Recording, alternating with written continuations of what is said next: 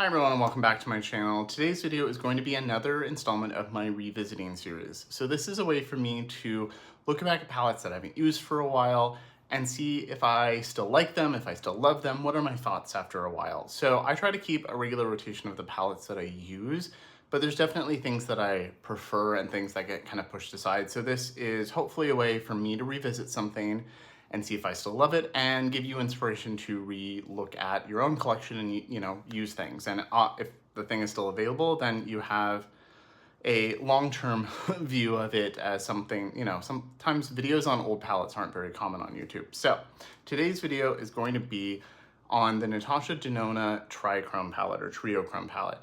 This is one of her big $130 palettes. I don't think this is available anymore, but I have seen her restock things like this before, so you never know.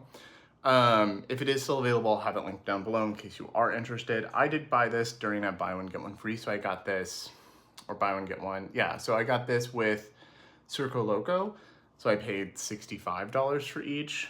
So I always have to put that in perspective. If I didn't pay 130, I paid like 60 something, but still a lot of money, still a big palette, and I have not used this in many months. So we're gonna do a look with this and see what I think. And if you're new here, welcome. My name is Colin. I'm a non-binary Latinx scientist and lover of makeup with a definite soft spot for indie makeup and high-end makeup like today's. And I tend to take a pretty analytical approach to the content I make, be it talking about something old that I already have in my collection or talking about a new release that I'm reviewing. And I have new videos every week, so I'd really love to have you subscribe.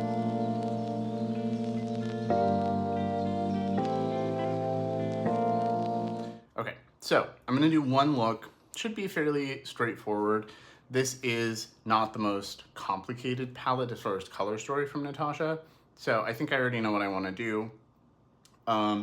You might hear my rice cooker off. I'm making dinner, and I don't know how much time is left on it, but if the jingle starts, I'll just pause, but you might hear a random jingle at some point. I think I'm gonna go with the greens today. So this palette has 3 rows. So you have a green row, this more purple row with this purple blue duo, like multi-chrome, duochrome, and then the more warm tone shades. My biggest complaint with this is that it's all very light to mid-tone, but we'll see. I will definitely be I'll use these shades down here, I think, sometime soon, but I'm just really drawn to the greens today. One of the things with this palette is the multi-chromes in it are they're not indie multi-chromes, so you always have to take that into context as well. These are not gonna be a Terra Moons or a Cleona kind of shadow. But the benefit of that is things are in rows, you can kind of just stick monochromatically and then have a fun shimmer. I feel like the last time I used it, I used this bottom row, and I know you can get a decent, like an okay amount of depth here. So yeah, I'm gonna stick with the greens today. I just really wanna play with green. I think it'll go nicely with my sweater. So I'm gonna put a little bit of my NARS eyeshadow base down and then we'll get into the look. And if you're interested in the rest of my makeup, it'll all be in the description box. I am wearing a lot of Haus Labs today. I have like a pump of the foundation around here. I have some concealer and then one of the new blushes and then one of the new lip products. I've been wearing this a lot and it's like kind of instinct lately to just grab this. I also did get some of the new Sonia G brushes. I bought the whole Tradition set, but they just came today and so I need to wash them and let them like relax and stuff. So the hairs are all very tight from shipping and stuff. So I will not be using those today, even though they are there and they're beautiful. But I will say, even prettier in person and just really soft, really beautiful. So the green row, you've got a really, really bright shade. I will try to use on the inner corner, a kind of yellowy neon shade, and then you've got a mid-tone, bright to mid-tone shade and a dark shade. So I'm gonna use Vert and then Scrape and then I think Scarab, and we'll use a little bit of this shade on the inner corner. So I'm just gonna grab, I really need to wash my brushes. I'm actually gonna wash them this evening. So when I go to wash these as well. So I'm gonna grab a rougher, this is a 1 max, so it's just a rougher 1, but a little bit bigger. And I'm gonna go into the Vert shade. It's really pretty. I love these types of greens. And tap off, and I'm gonna bring you a little closer. Okay. So I'm just gonna put that into the crease and buff it up. So I'm just patting it down. I love this kind of color. I mean, I have others like this. I have colors like this from Melt and Lethal and some indie brands. But it's nice to see a green like this from a brand like Natasha Denona. I wish this was smaller and permanent. So like one of the $69 midi palettes and permanent instead of the limited edition 130. But I think she said the justification for making a big one, and the same with Circo Loco, is that it's going to be a limited edition, so you have a lot of shadow to last a while, even though shadows do technically expire, although I haven't had hers change in quality at all. So I just brushed that all over, it blended really nice. It looks really good. I like this kind of shade. It's kind of olivey, works well with my complexion. Similar to something that would be in the Yucca palette. So I'm just gonna repeat this on the other side real quick. I think I did a better job on the left eye, but I really like the shadow. I'm gonna pick up a little bit of the Andronite shade that's really pale on the same brush and just kind of place it on the inner part of my eye as a matte inner highlight. I'm just doing it now while I'm thinking about it. And it is very bright. I would not suggest using this as like a transition shade, but I like a matte inner corner like this. And it's like almost white with just a hint of green. So I think it works really well. And then I'm just gonna grab a smaller brush. This is a Rephr 14. I like it because it's petite, but it does have a bit of fluff, so you can stamp color where you want, but then still diffuse it. It's not just a packing brush. I'm gonna go into the dark olivey green, the Scrape shade. Picks up nicely. I love this type of shade. Yeah, and it's working exactly like I remember. So tapping it off again. And I'm just gonna buff that on the outer part of the eye and then into the outer part of my crease to give some definition. It's blending into the other shade really well. I really do enjoy Natasha Denona's formula. There's a reason I have all but 2 of the midis. I still need Retro Glam and Xenon.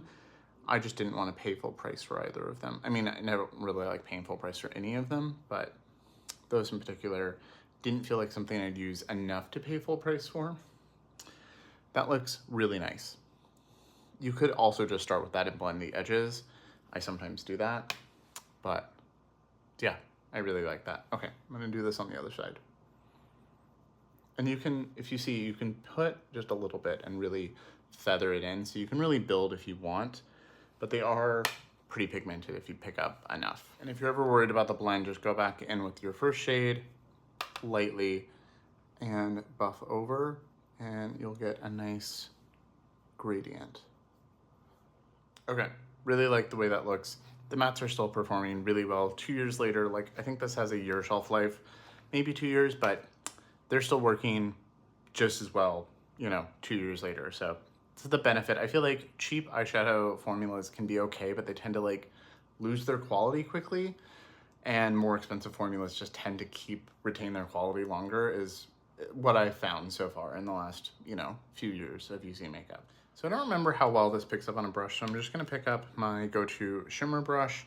This is a Rephr 21. I like it because it is really condensed, so it picks up well, and it doesn't blend a shadow as well, but it doesn't really cause fallout or kick up that way.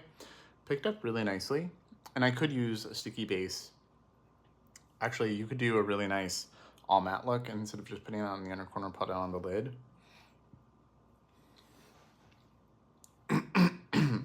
But I want to see how this compares, especially now that I've tried even more Terra Moons, and I've tried Cleona, and I've tried more Shine by SD. I've tried more indie brands in the last year or so. So this is very smooth, which is a benefit of Natasha's formula, and a formula like, you know, Pat McGrath or something. I like the smoothness and blendability of those shimmers for day to day. And yeah, that's really pretty. It's not the shiftiest thing. I'm seeing like a little bit of shift on my eye. It's definitely even in the pan, not the shiftiest. And I think this was the shiftiest shade in here, but it's beautiful. And I like that you can really blend and melt the edges of this formula. So yeah, I think I'm falling into the yes, I still really love this. I do have complaints, like I wish one of the shades in the bottom row was darker and, you know, it was a little bit more varied that way. For a more variety of skin tones could use it more easily, because I know people like my friend Kara, Beauty and the Frizz, she's had to like change hers up so that it's more friendly for her skin tone. But I really like that. I'm gonna pack a little bit more of the dark shade right out here on top of the edge, just to make sure that I don't lose any of the depth there. I don't want it overly smoky, but I do want to retain that depth that's gained from that. I really like that. Okay, I'm gonna go off camera real quick, throw on some mascara, and I'll be right back. Okay, so I'm back and this is the finished look. I just went ahead and threw on a little bit of my Surratt mascara. It's the only open mascara I have right now, and I do really love this one. And then I used one of my other Sonia G brushes. This is from the Tradition Select series, to put a little bit more of scrape along my lash line, just for a little bit of added shadow there. But that was all I did. Really like the way this came out. And yeah, this is not the most spectacular multi-chrome, but it is beautiful. It is really smooth. It does melt into those mattes. Like, you do have to give it that. Do I wish it was a little sparklier, a little shiftier? Sure. But for a day-to-day look, I really love a smooth shimmer like this. Doesn't emphasize texture. It just looks really pretty. And this gives that like greeny bronze duochrome, basically. I wouldn't really call this much of a multi-chrome, but I really like it. I do still really love this palette. I think this is really great. I do have some, you know, like I said, I do think it could benefit from like a few less bright mattes, and I wish it was a midi. I don't think I would ever pay $130 for this, like if they brought it back, but at a discount, like 30 to 50% off or something, I would totally, if you like these, I would totally buy this again. So I'm glad I still have this, and now I need to use the other rows soon, especially now it's going into spring. I just filmed a spring palettes video and I didn't include this, and kind of wish I had. This is a very springy palette. So let me know what you think of the look. Do you have this palette? What are your thoughts on it? Did you never pick it up because you didn't think it was worth the money? I'd love to hear your thoughts and opinions in the comments, as always. And as always, thank you so much for watching. Remember to like and subscribe, and I'll see you all in my next video. Oh, and before I go, if there are any other palettes that you would like to see a video like this on, something that's been around for a while that you'd like a revisiting video on, let me know in the comments, and I will definitely add it to the list if it's something I own.